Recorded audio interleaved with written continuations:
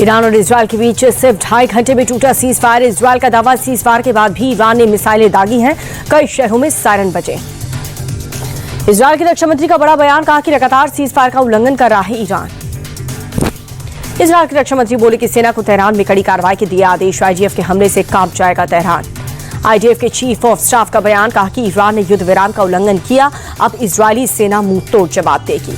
युद्ध विराम के बाद इजरायल के प्रधानमंत्री नेतन्याहू का बड़ा बयान, कहा कि सीज फायर का उल्लंघन हुआ तो करारा जवाब देंगे। बेंजामिन नेतन्याहू बोले कि जंग में इजरायल का मकसद पूरा हुआ, हमने ईरान के न्यूक्लियर अड्डे तबाह किए।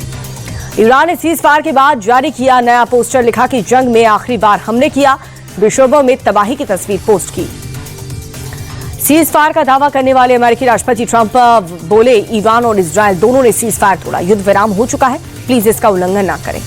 ट्रंप की इजरायल को भी चेतावनी, सीज फायर बहाली के लिए तुरंत सैन्य अभियान रोकने के लिए कहा। सीज फायर लागू होने के पहले ईरान का सीज फायर पर जबरदस्त हमला। दक्षिणी इजरायल में बैलिस्टिक मिसाइलों के हमले में 8 सीज फायर नागरिकों की मौत हुई। इजरायल के बेशोबा में ईरान के अटैक से भारी तबाही, रिहायशी बिल्डिंग पर गिरी मिसाइल, आसमान में धुएं का गुबार उठा। इजरायल पर ईरान के हमले का नया वीडियो आया सामने, हमले से तबाही और अफरा तफरी का माहौल।